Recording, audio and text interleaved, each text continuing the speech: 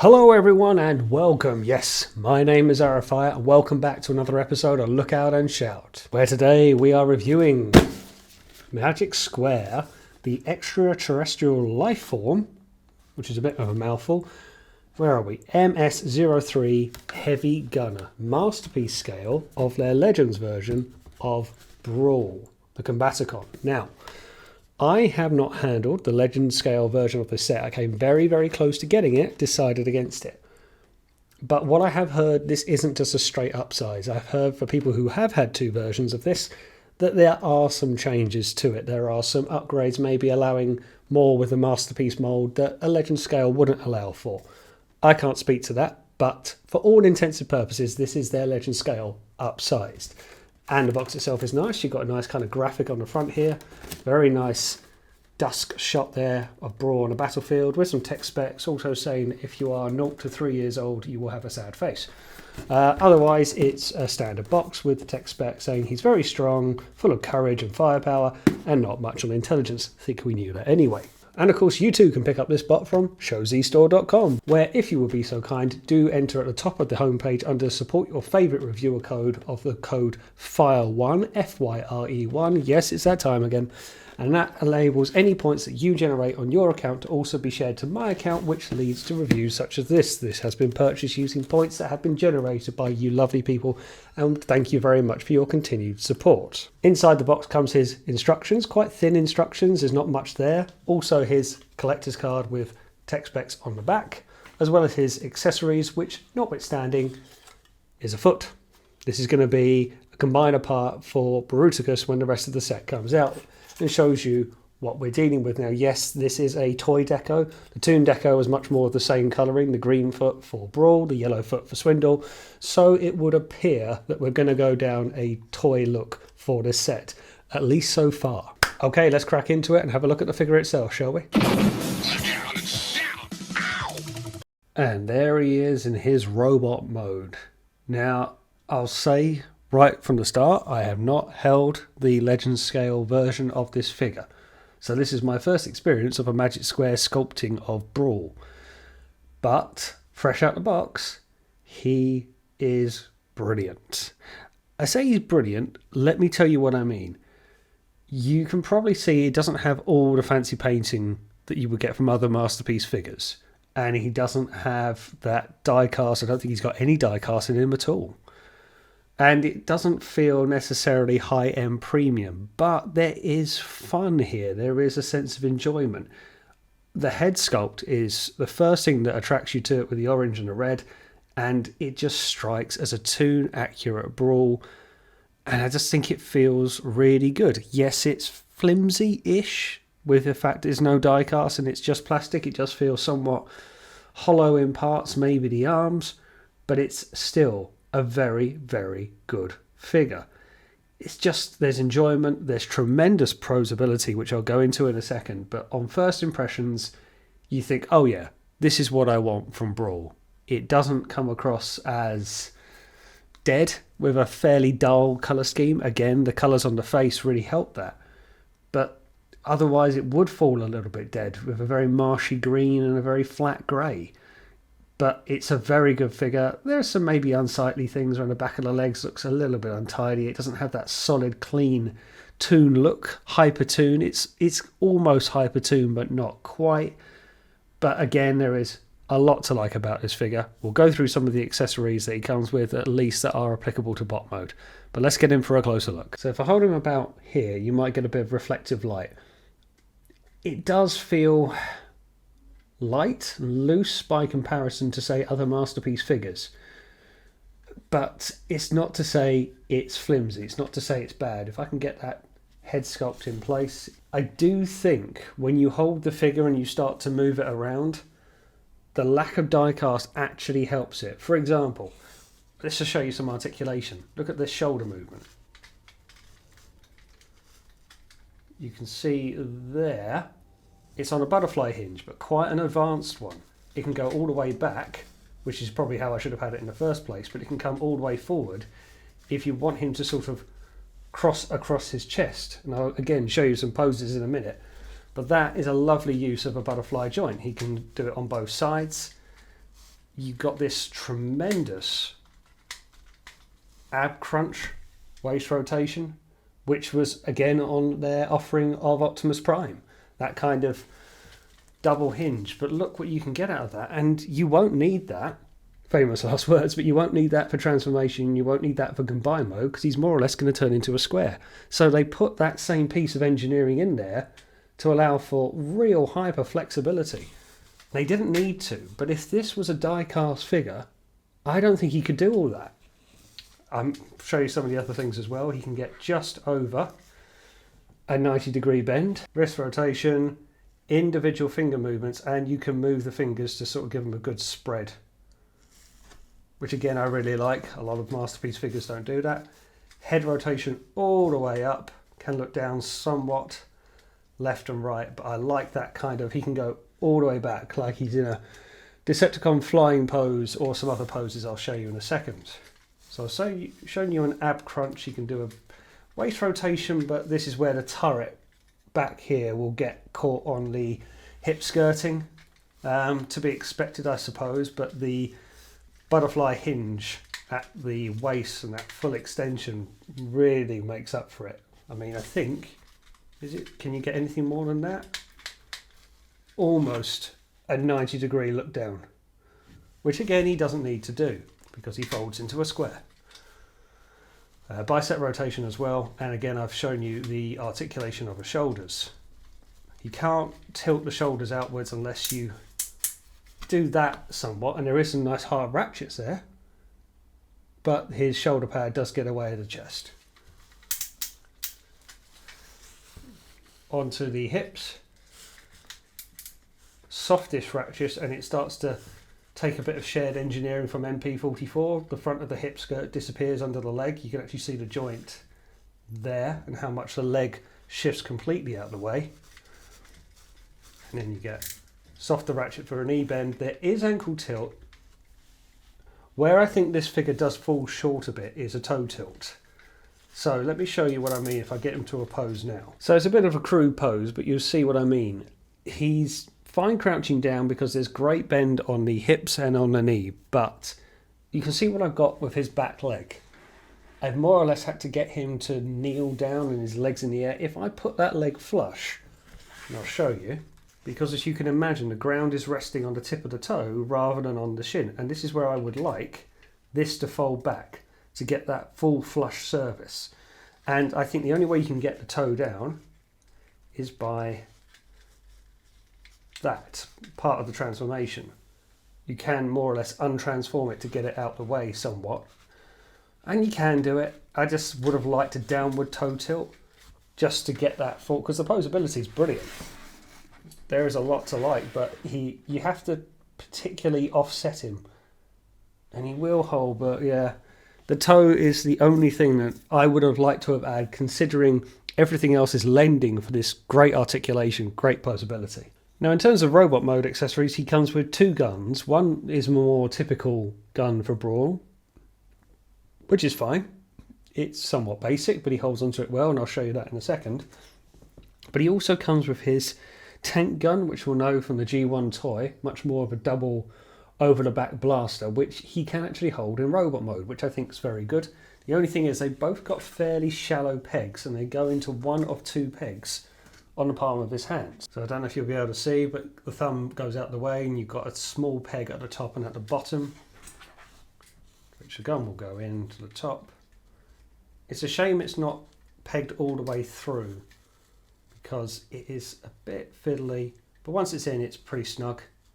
Wrap around the fingers, and there he is holding his gun. Pew pew, bang bang.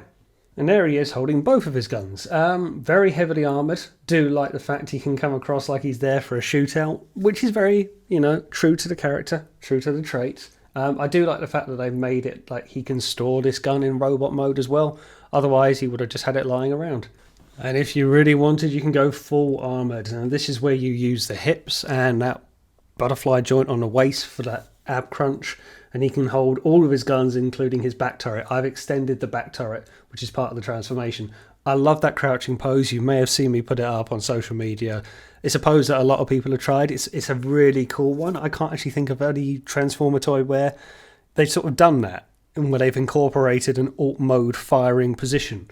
It's not very common, but it's very cool to see nevertheless, and he can be completely ward up there, every one of his guns firing at once. That's quite cool. To get that pose, I did mistransform the leg at the back and fold away the foot a little bit just to get that flushness, but I love that kind of really crouched down pose. You won't be able to see, but the hip and the knee is really bent up. We're well past 90 degrees on bend. It's really cool. This is what Magic Square can do. They did it with their Light of Freedom, Light of Justice, Light of Freedom, the Masterpiece upscale on their Optimus Prime. There's a lot of articulation there, huge amount.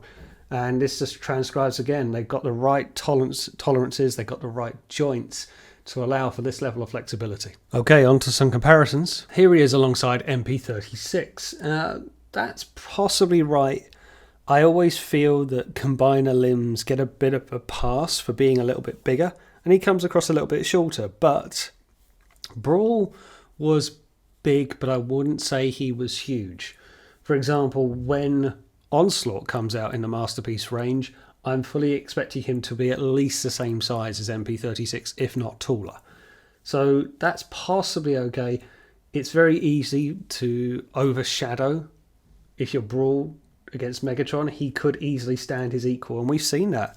But it is two different companies, and a lot of time has passed in between. But if you're going to go for lore and toon accuracy, I'd say that's probably right, that he comes in more or less top of Megatron's shoulder at best. And alongside his creator in Starscream, Deformation Space Crimson Wings Starscream. This will depend on which Starscream you have in your collection. And I appreciate I've got the camera at a slightly different top-down angle, so it might not give the fullest representation. He again comes in shorter. This is a fairly big Starscream. The Deformation Space Seekers, I think they're lovely Seekers, but if in comparison to MP52, he will come in a fair bit shorter. So, yeah, it depends what your Seeker mold is that you're using, whether you're using Make Toys, whether you're using this, whether you're using Takara. Again, how does lore go? Would Starscream have been a little bit taller? Certainly would be smaller than Onslaught. Bigger than Brawl? Possibly. Not a lot in it. But again, this is a big representation of Starscream. But I like how these two look. Again, two different companies. But I can see Starscream with 5 MP scale Combaticons in that range from Magic Square alongside Starscream going very nicely. Just to give you an idea of what I mean, this is the MP52 mould for the colours of Skywarp, and actually comes across a fair bit shorter. I felt this mould was too short anyway, but you can just see alongside for what we had for Starscream. It depends how you have your Seekers. I wouldn't say this MP scale has been generated against this Seeker mould in mind. And yes, I've got the legs split a bit wider apart, and it is looking down somewhat, but it is coming across to the eye a fair bit shorter. I mean, the top of his vent stacks or shoulder stacks barely come to the top of Brawl's shoulders. So Brawl is really giving that taller vibe over Starscream, which I wouldn't have said so. But yeah, that's how they scale. It depends what Seekers you have in your collection and how you like to display them. Now, this isn't really a comparison worth doing, but I thought it might be worth showing. This is a Fans Toys Lupus, and this is a typical big Fans Toys figure, whether you have Sovereign, whether you have Inquisitor, whether you have Springer, I don't know. It depends. Fans Toys like to go for this high end of a 9-inch figure, and that's kind of what you have here. Magic Square and even MMC won't go in for that. So in case anyone's wondering how would he scale alongside other companies, Aerial Bots and the like, it is going to look a fair bit shorter. They're not operating at the same range. I wouldn't say it's a million miles apart. I do feel there is just this misnomer around combiners. How big is an individual limb going to be? You know, they are not built to go alongside other figures. They are built for their team, first and foremost.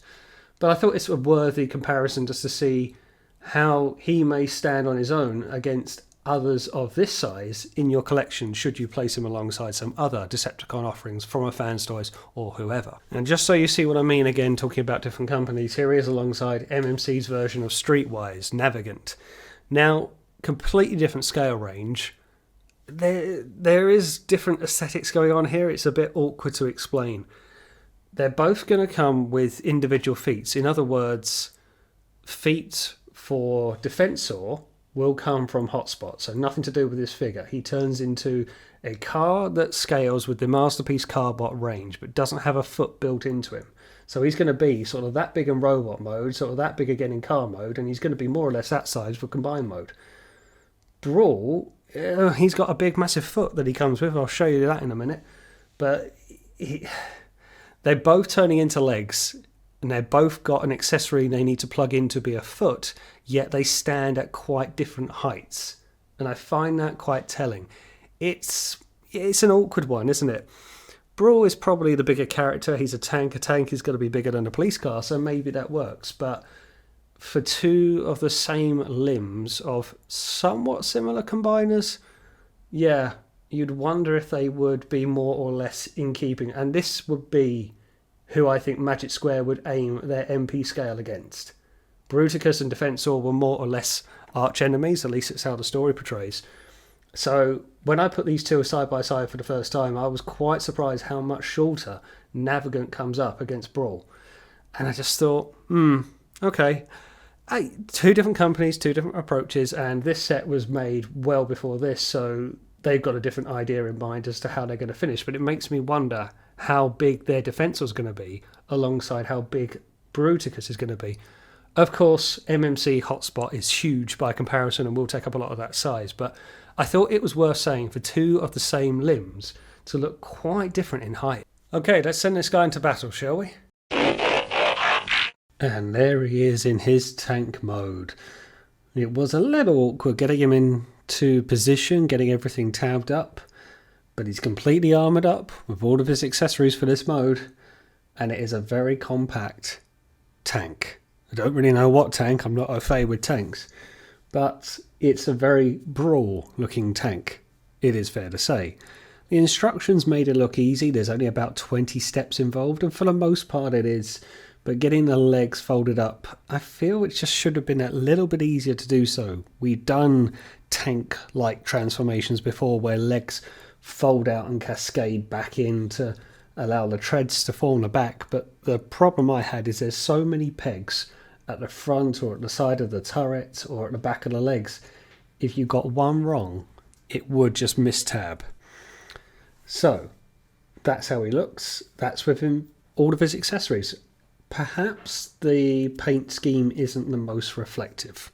Perhaps it comes across on the dull side, but it's very true to the character and how he was portrayed in the cartoon. The robot mode has the orange and red face that gives it a bit more shine.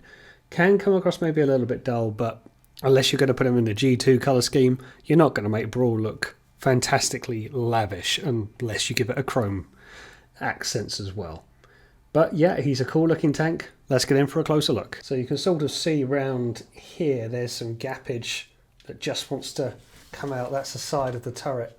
So I possibly haven't done everything fully right. That's how he looks from the underside. See where the legs fold up. The wheels on the base. The tank treads, I'm not wild on them. I don't like that they're painted on. I get why. Making tank treads is not easy, but I like to see rubber tank treads. I like to see something authentic. I don't like to see something just plastic and moulded on. I feel it looks a bit lazy, but I get it's much harder to engineer, particularly for a combiner. So it's just something that I personally would like, but he rolls well enough. He's got wheels, he will move, but it just comes across a little brick-like. The turret moves quite well. And the turret itself, the barrel is extended out and has a good range of motion upwards. Now, Deluxe mentioned this on his review of this. Getting these, the searchlights into the top of the turret, getting them in was really difficult. They're fine, they're nice little additions, but they're too big a plastic to go into the peg. And my God, you had to push them. But otherwise, once everything did get lined up, he looks really good. He looks like a tank. There's not much else you can say about it. He's very square. I like the fact that the guns all sit on him, but he does what he needs to do. I haven't got too much in way of tanks, but onto some comparisons. Here he is alongside MMC's version of Hoist. Yeah, keeping with the Masterpiece Carbot scale, different ranges. You can see there's not really a contest. This is where I say combiners aren't really looking to scale in with other moulds. They're looking to scale in with their own teams. Here is a typical Masterpiece Carbot. Here he is alongside Takara's Red Alert. Again, not in keeping, but a much more universal scale you can see for comparison. I would show you the comparison alongside the Zeta Toys version that I've got, but I cannot get it off its combined mode. I can't get it untabbed from Bruticus's leg. So I'll just have to put up a photo of what they look like side by side. From looking at it, the Zeta have gone for a more real-world feel. This is more toon accurate, and I don't mind that. It's two different styles. Zeta, of course, as we know, sacrifice the individual robots, maybe less so their alt modes, to make a better combined mode. And I feel, whilst this might not be the strongest of the three modes for Magic Square, they captured Brawl's alt mode a bit better than Zeta did in terms of realism. Okay, let's show you this guy in his combined mode, shall we?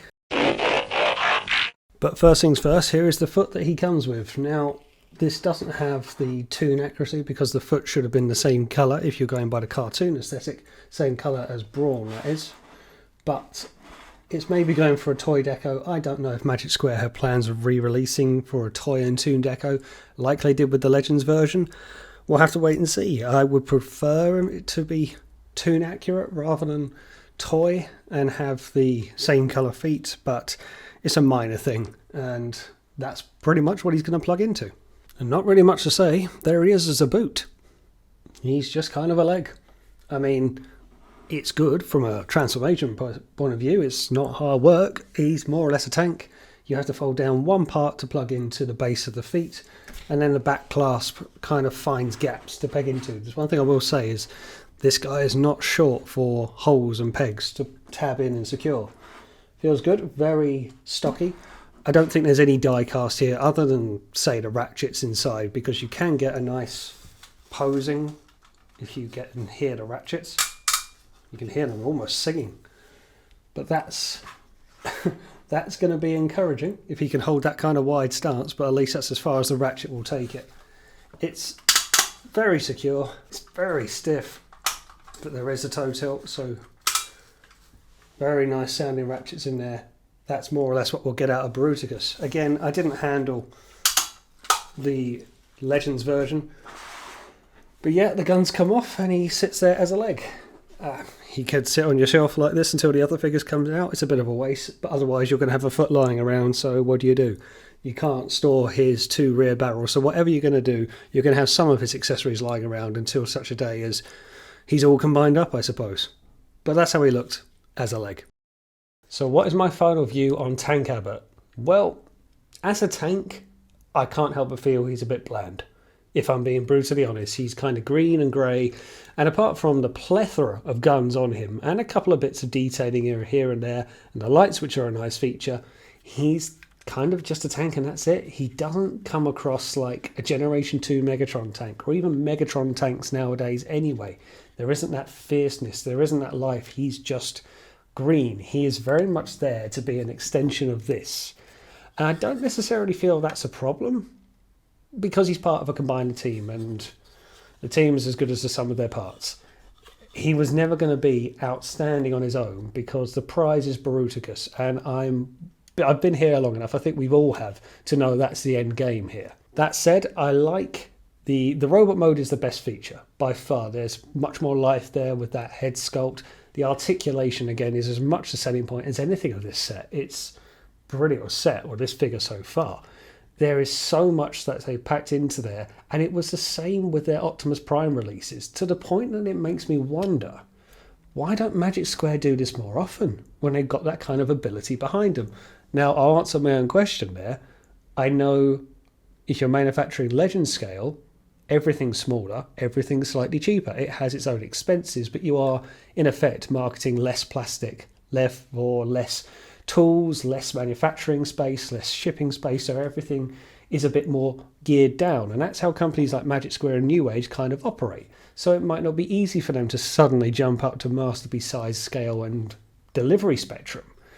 But from a purely product point of view, they do a very good job. They got some very nice figures out there. Go into the MP market, do something a bit different.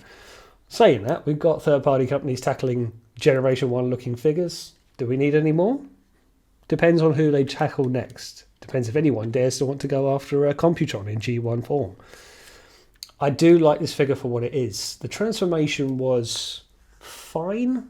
A lot of it you don't need the instructions for. Again, if you've put figures into tanks shapes, you kind of know what to do. And Brawl is no exception. He's wearing his shoulder pads, his turret's on the back. You can more or less get from A to B.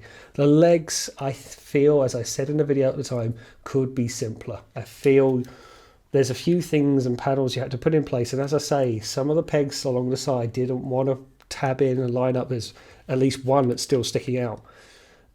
I always find that with some pegs, you inevitably plug one thing in and the other thing pops out. A minor annoyance. Now, I've mentioned this at the start of the video about how it doesn't have the die cast and it might not necessarily have the best weight. That's not to say it's a bad thing. If anything, I think it helps this figure. I think if this figure had littered with die cast, then I think it would harm it. I think the transformation would be so much more complex, it would weigh so much more, and the price would be considerably higher because of it. The same with the paint. It's not to say that they've gone bargain level, and they haven't, but the fact that its focus has been on articulation, and its focus has been to try and make a G1 looking Brawl in robot mode that also can be attached to a leg and take a combined form. That's what they've gone for. If this was littered with die-cast and had that kind of fans toys premium feel, it might be great, but then you're going into this kind of territory. And this, God, it's heavy.